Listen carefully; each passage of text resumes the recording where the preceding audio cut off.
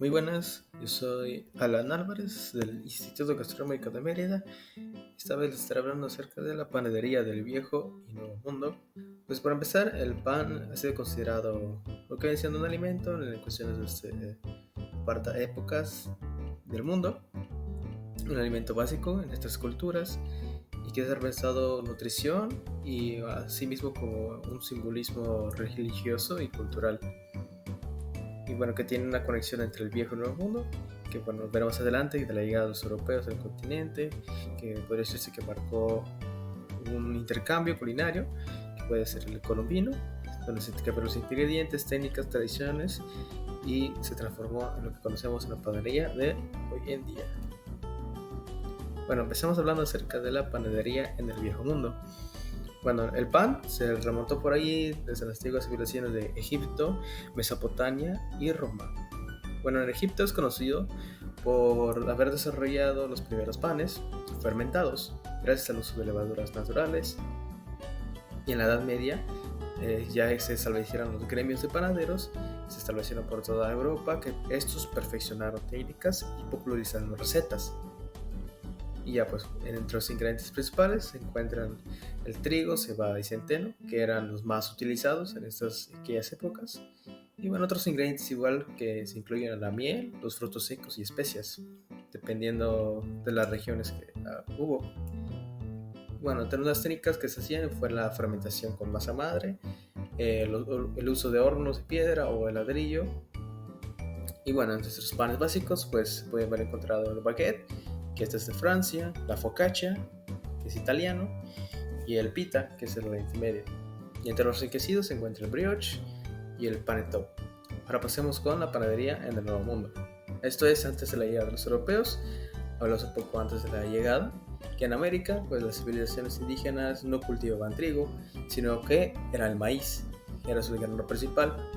Y entre esos productos prehispánicos pues son las tortillas y los tamales, que eran esenciales en las culturas mayas, aztecas, incluso en incas. Y otras preparaciones era con el pan de yuca, que era país de América del Sur, que también destacaba por ahí. Bueno, ahora sí viene el intercambio colombino, es cuando los europeos introdujeron el trigo y la levadura, y asimismo como técnicas del horneado del continente americano. Y se establecieron los primeros molinos de trigo y las panaderías en las colonias españolas. Especialmente esto fue dado en México y Perú.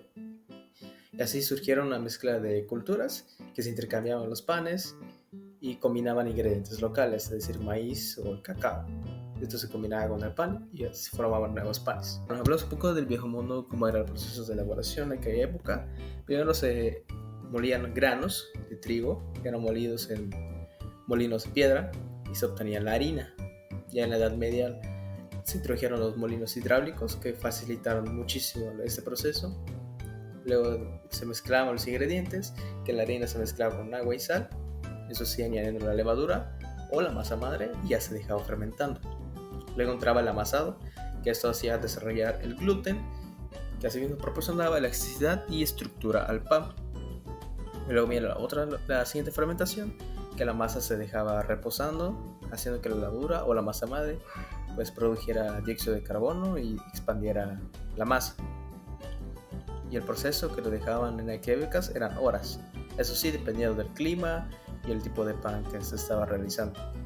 Luego se pasaba al molde de reposo, que la masa se moldeaba en diferentes formas, ya sea redonda, alargada o plana, dependiendo del tipo de pan, y se dejaba reposar otra vez antes de hornear, o sea, después de segunda fermentación.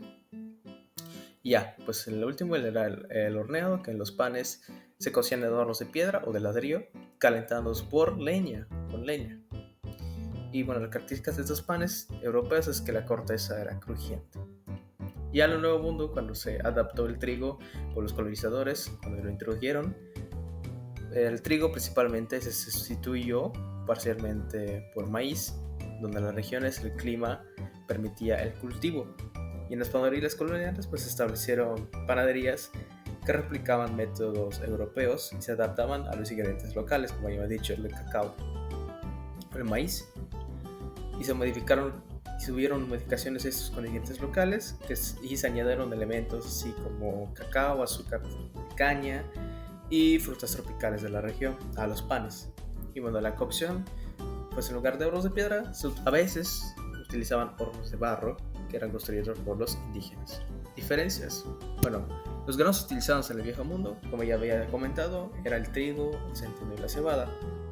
En el nuevo mundo, el maíz y la yuca eran los básicos. Entre las técnicas, igual como ya había comentado, era que en Europa la fermentación era la más común. Y en América prehispánica se usaban masas sin fermentar. Asimismo, tiene un simbolismo ese pan, que en el viejo mundo el pan era algo religioso, que parecía la Eucaristía, y en el nuevo mundo las tortillas tenían un simbolismo ya adaptado a su cultura. Bueno, en conclusión tenemos que la panadería del viejo mundo y el nuevo mundo en sí refleja la riqueza cultural y el intercambio de conocimientos que hay entre estos continentes. Mientras que el viejo mundo perfeccionó las técnicas de fermentación y así lo horneado con trigo, y el nuevo mundo aportó ingredientes esenciales y únicos, por siendo el maíz o la yuca, y eso creó la fusión que dio lugar a nuevas tradiciones panaderas.